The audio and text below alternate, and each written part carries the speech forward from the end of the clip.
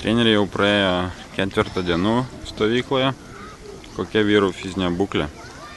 Na, iš tikrųjų, pirmos tos dienos buvo, kaip ir tikėjomės, vyrams sunkesnės, nes vis tiek ten turėjo poilsio, tai raumenys šiek tiek buvo pasyvesniai būsenoje, tai tas keletą dienų buvo tokios kaip įsidirbimui skirtos, tai ir tas būsena tokia buvo atitinkama, bet dabar jau atitinkamai jaučiasi vyrai geriau, nes buvo padarytas darbas, dirbome treniruoklių salėje, dirbome lauke, tai šiai dienai vyrai tikrai jau patys sako, kad jaučiasi šiek tiek atsigavę ir ta forma jau grįžta.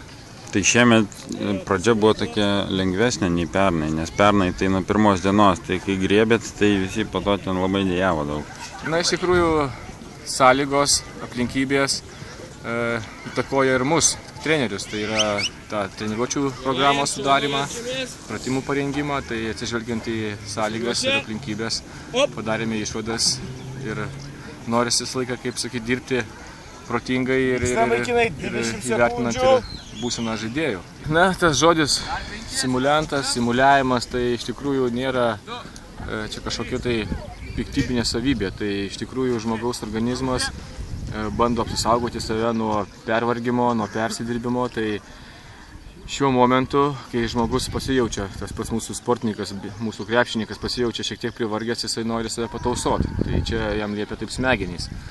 Bet kaip žinome, kad sportas yra toks dalykas, kad reikia kartais nugalint sunkumus, jungiant savo valią, valinės savybės, nugalėti tuos sunkumus ir tą nuovargį. Tai čia, kaip visą laiką sakau, mūsų trenerių darbas šiek tiek tą simuliavimo pasireiškimą šiek tiek nugalėti, jį paraginant, liepiant dar pakentėti, padirb,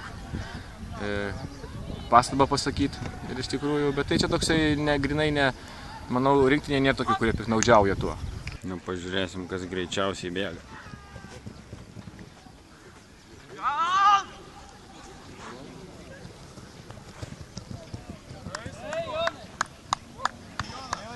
Jonas Deivin truktelė. Kas laukia Palangoj? Palangoj dirbsime, kažkas bus panašaus kas čia, tik tai bus keliami intensyvumai ir šiek tiek mažės tos trukmės. Tai kelsime intensyvumus, o trukmės trumpės. Tai bandysime labiau dirbti kokybiškai ir kaip įsireiškiant, greičiau, kokybiškiau.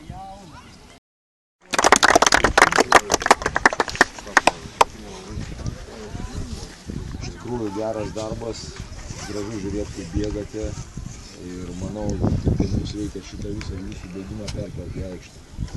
Ir mes tada turėsim pranašumą aikštelį.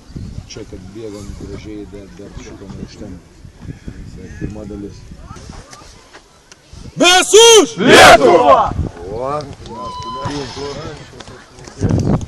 O kur aplodismentai? Teisingai.